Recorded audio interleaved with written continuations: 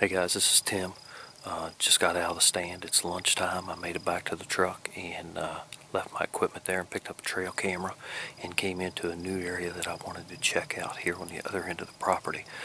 They have not made it in here to timber yet, so this area is untouched. And I just had a feeling when I was sitting in the stand this morning thinking of different places I could be scouting that this might be a good area to get in and check. And turns out I'm right. There are two rubs up here on the bank that I found right alongside a path. There's an intersection right here, and right in this intersection, if you look over my shoulder, I'll try to pan down.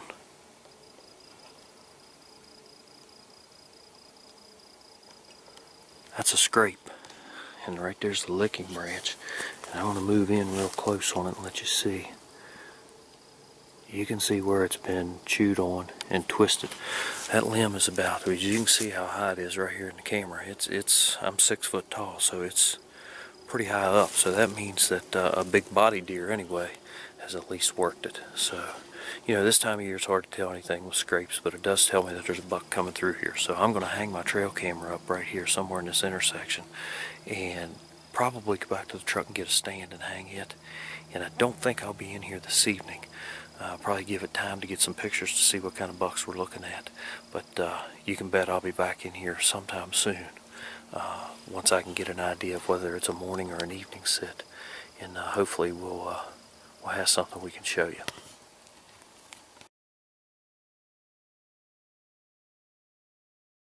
It's early here, 32 degrees, and I'm down here in the same area that I've been in all year.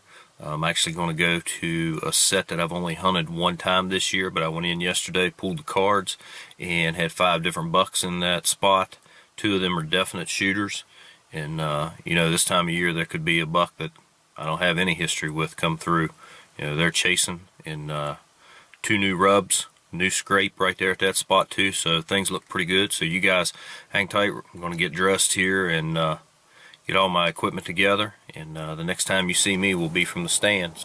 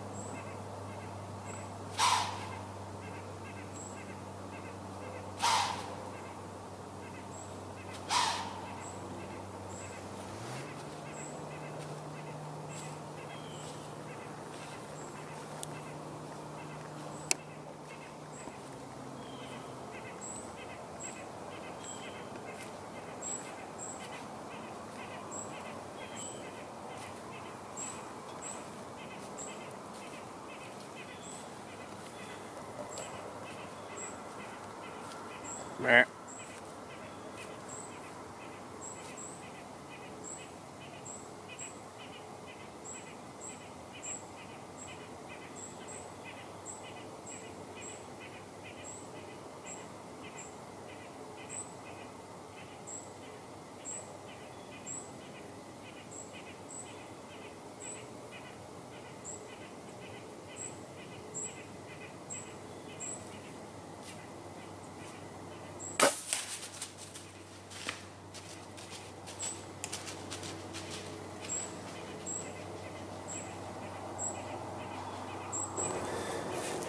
Yeah, baby.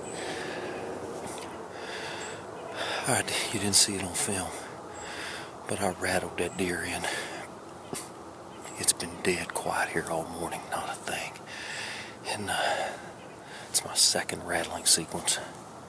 I rattled and give a few grunts. Not 5 minutes, that buck came off the ridge, came right in, and you can see on film I had him at 20 yards working a scrape, a mock scrape that I made yesterday when I was in here and pulled the card. And I just couldn't get the bow back on him in time and moved the camera out in front of him again to a second scrape that I made yesterday. And you could see on the camera he went in and worked that scrape too. But he didn't give me a good shot. He was facing away from me. So I waited until he got about 80 yards out. And when he stopped where he could hear me, I grabbed my grunt call, gave another call. And he turned and came right back this way to my right and was going to be out of my lane. And I grunted and he stopped. I was at full draw. I grunted. He stopped facing me and I had a horrible angle.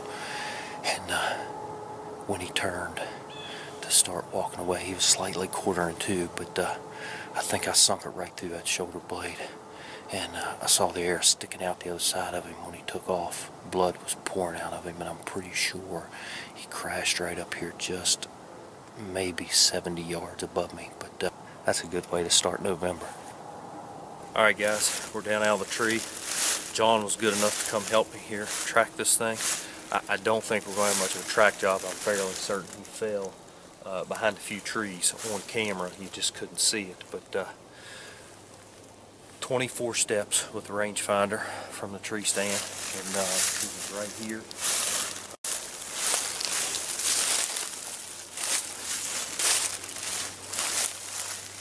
Oh yeah, right here, gushing right off the bat from the impact. Those raised heads, man, I can't say enough about it for blood pressure.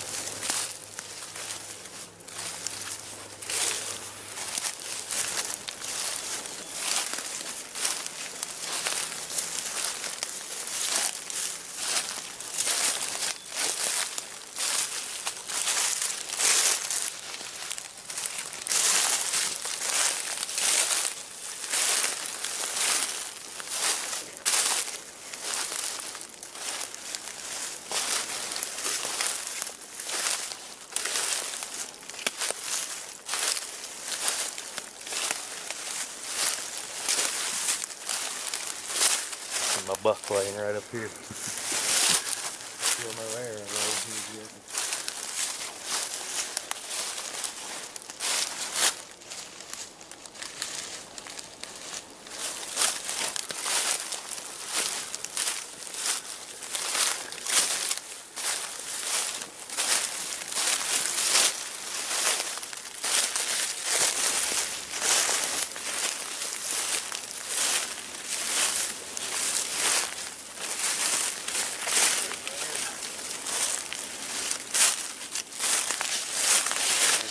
Hole.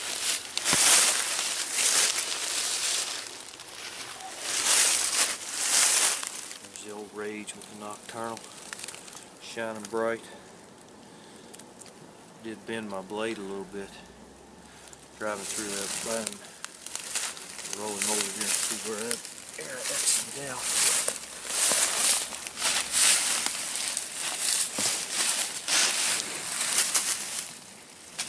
Pretty steep angle. Let's see where it came out there. So guys, here we are with him. John and I found him, short track job. You could see from the recovery footage, man, he bled awesome. Those rage heads really opened him up. Tickled to death with that shot. He was slightly quartering and got excellent penetration in that shoulder there. Went clear through that shoulder blade and came out the backside. Almost complete pass through. He's not the biggest buck in the world, but he's a buck I'm happy with for a lot of reasons. Number one, it's been a long season. This is the first shootable buck I've had in range. And number two, I called this buck in this year. I sat down this morning in here, got here way before daylight, was expecting all kinds of movement, and nothing. It was dead, not even a squirrel. And I got the horns, hit the horns together, and he came in, put on a show right to the mock scrapes that I'd made, and was going out of range. I just couldn't get it all together, camera plus shot, and was going out of range, and I grunted to him and brought him back a second time. And of course, when he came in the second time, he kind of knew something was up. He didn't see any deer around, and he started snorting. And of course, at that point, I knew the game was up for me for any deer that might have been in the area. So when he gave me the shot, I took it, and I couldn't be happier with the shot that I put on this deer, and with the way everything's turned out here this morning. But all in all, man, November 7th, you can't beat that day.